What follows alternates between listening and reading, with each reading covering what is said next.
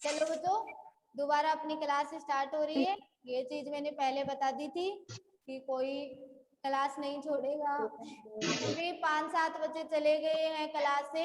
तो देखो, ताप बढ़ाने पर गतिज ऊर्जा बढ़ जाती है और विलेयता क्या हो जाती है, कम हो जाती है।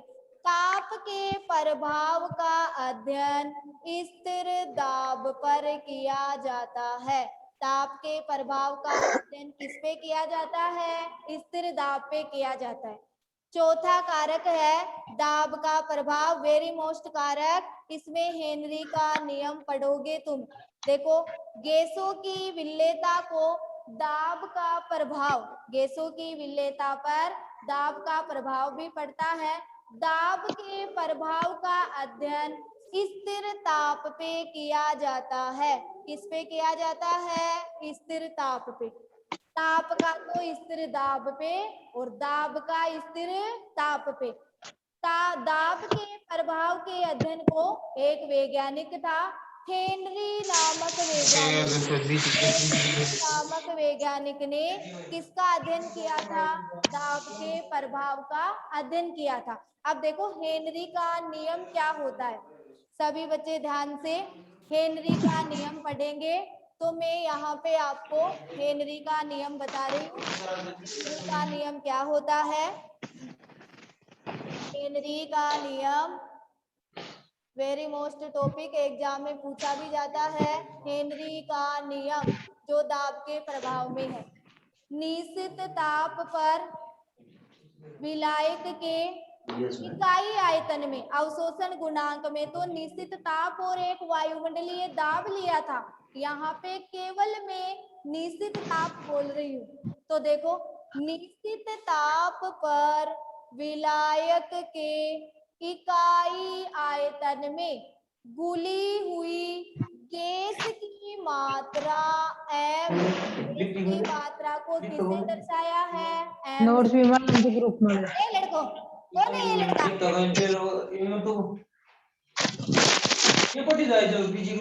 किसकी आवाज है ये, समझू को ने पहली कोई लू तो बना ली क्या, कहीं समझे जी समझ सी जो निश्चित ताप पता ले लात की बगा दिले निश्चित ताप पर विलायक के हां तो इनका जब नोट्स वाला तो आ जाए अब मतलब लगाओ जाओ पढ़ाई।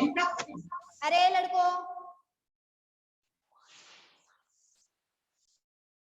अभी मैं देख रही हूँ, रुक जाओ। तो देखो बच्चों, निश्चित ताप पर विलायक के इकाई आयतन में घुली हुई गैस की मात्रा जो m होती है, वह द्रव्य विलायक में ढाले गए दाब के समानुपाती होती है। दाब को किसे दर्शाओगे, P से। यहाँ पे m तो क्या है, द्रव्य विलायक में घुली हुई गैस की मात्रा, और P क्या है, गैसों द्वारा ढाला गया दाब, गैसों द्वारा ढाला गया दाब।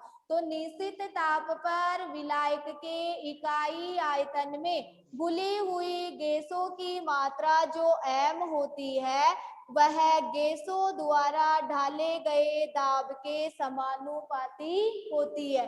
m तो क्या है, गैस की मात्रा, P क्या है, गैसों द्वारा ढाला गया दाब। तो देखो बच्चों, m बराबर समानुपाती को हटाओगे तो क्या आ गया, और ये क्या है, P। ठीक है, तो यहाँ पे K क्या है, हेनरी स्थिरांक। K क्या है मैम, हाँ, आवाज वो दिख रहा ही नहीं है। दिख नहीं रहा है, हाँ मैम। चलो चलो थोड़ा मोटा लिख दूंगी। तो यहाँ पे K क्या है, हेनरी स्थिरांक है। अब देखो, जो गैसों की मात्रा जो m होती है, वह गैसों के अणुओं की मोल भिन्न के समानुपाती भी होती है। मोल भिन्न को आपने किससे दर्शाया था, अक्ष से। तो m समानुपाती क्या हो गया, अक्ष। तो m बराबर समानुपाती को उठाओगे तो के डेस अक्स, यहाँ पे के डेस भी एक स्थिरांक होता है। क्या होता है? स्थिरांक होता है। ठीक है, अब देखो बच्चों, तुम इस सूत्र को ऐसे भी लिख सकते हो, मोल भिन्न समानुपाती m, क्योंकि गैसों की मात्रा m किसके समानुपाती है? मोल भिन्न के। तो मोल भिन्न समानुपाती p। अब तुम कहोगे p कैसे आया? ऊपर देखो समीकरण नंबर 1 में m बराबर kp, के एक हेनरी स्थिरांक है जिसका मान सदैव क्या रहता है? नियत रहता है, 1 मान लिया। तो m बराबर क्या हो गया? p। तो मैंने m के स्थान पर क्या रख दिया? p। तो तुम ऐसे लिख सकते हो x बराबर k डेस p। इसको समीकरण नंबर को 2 दे दोगे। k डेस भी एक स्थिरांक है। अब देखो इस k डेस व स्थिरांक के में निम्न संबंध होता है। ये तो केवल स्थिरांक है और ये क्या है? हेनरी स्थिरांक। तो इनमें भी निम्न संबंध होता है। k डेस बराबर होता है 1/k। क्या होता है? 1/k। अतः k डेस का मान समीकरण 2 में रखने पर, किस में रखोगे? समीकरण 2 में। समीकरण 2 आपके पास क्या है?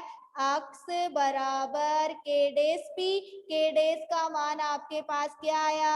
1/k और p। तो x बराबर क्या हो गया? p/k। अब देखो आपको का मान निकालना है, तो हेनरी स्थिरांक क्या होता है? k। तो बताओ k बराबर क्या हो जाएगा? p/x। यही क्या होता है? हेनरी का नियम होता है। क्या होता है? हेनरी का नियम। ठीक है, तो मैं दोबारा आपको हेनरी का नियम पढ़ा रही हूँ।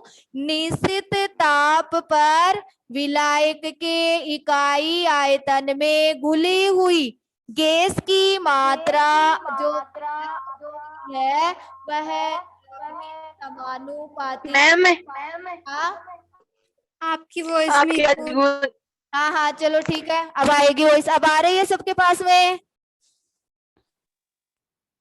Yes ma'am. हाँ चलो अब चुप रहना, सबके पास क्लियर वॉइस आ रही है? हाँ हाँ अनुष्का, अब सही कर लिया है मैंने। ठीक है, तो के एक क्या है? हेनरी स्थिरांक है। अब जो गैसों की मात्रा m होती है वह मोल भिन्न के समानुपाती भी होती है गैसों के अणुओं के। तो देखो x समानुपाती क्या हो गया? m समानुपाती को मैम आपकी आवाज में इको हो रहा है।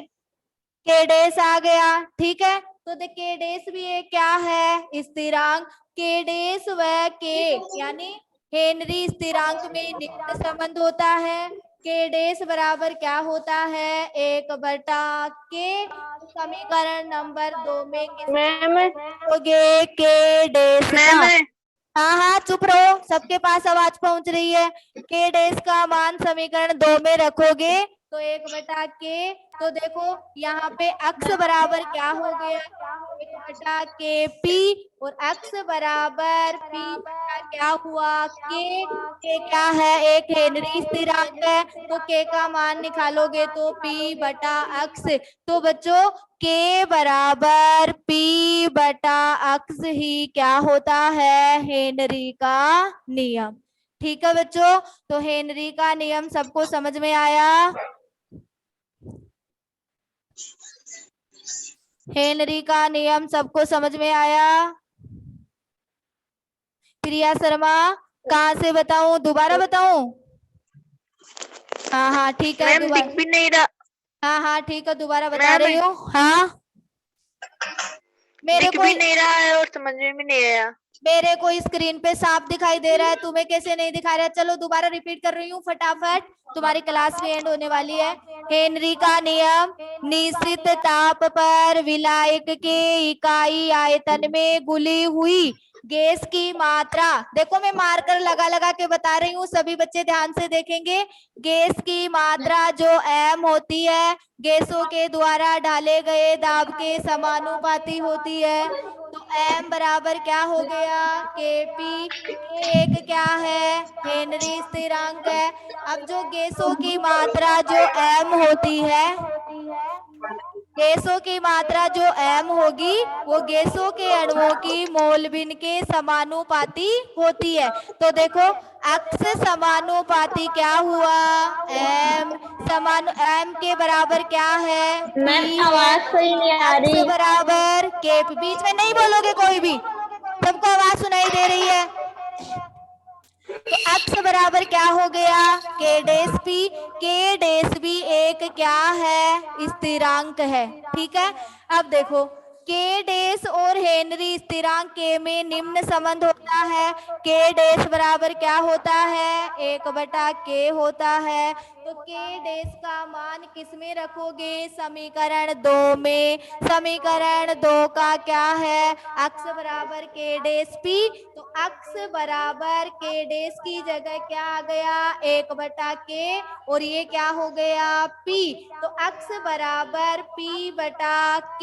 अब k का मान निकालोगे तुम्हें तो k बराबर क्या हो गया p/x।